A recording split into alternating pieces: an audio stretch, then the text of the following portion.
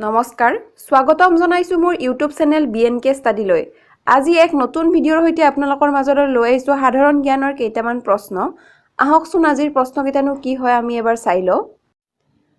1 number প্ৰশ্নটো হ'ল ভাৰতত কেতিয়া চৰকাৰীভাৱে বিধৱা বিবাহ আৰম্ভ হৈছিল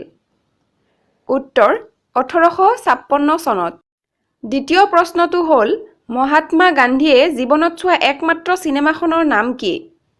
উত্তৰ ৰাম ৰাজ্য 3 নম্বৰ প্ৰশ্নটো হ'ল ভাৰতৰ সৰ্বাধিক ব্যস্ত ৰেল ষ্টেচন কোনটো উত্তৰ শিয়ালদহ 4 নম্বৰ প্ৰশ্নটো হ'ল পৃথিৱীৰ দ্বিতীয় বৃহত্তম মহাদেশ কোনখন উত্তৰ আফ্ৰিকা 5 নম্বৰ প্ৰশ্নটো হ'ল ৰাজ্যিক পৰিবহণ নিগম কেতিয়া গঠন কৰা হৈছিল উত্তৰ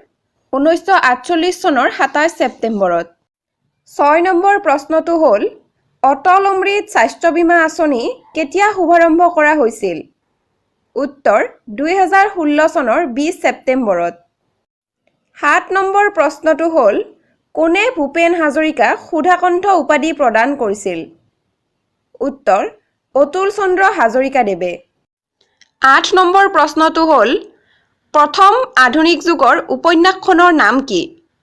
উত্তৰ ভানুমতি 9 নম্বৰ প্ৰশ্নটো হ'ল মহাভাৰতৰ অসমীয়া ভাঙনি কোনে কৰিছিল উত্তৰ ৰাম সৰস্বতী 10 নম্বৰ প্ৰশ্নটো হ'ল সোণ শিলৰ খনি ক'ত আছে উত্তৰ কাৰ্বি আংলঙত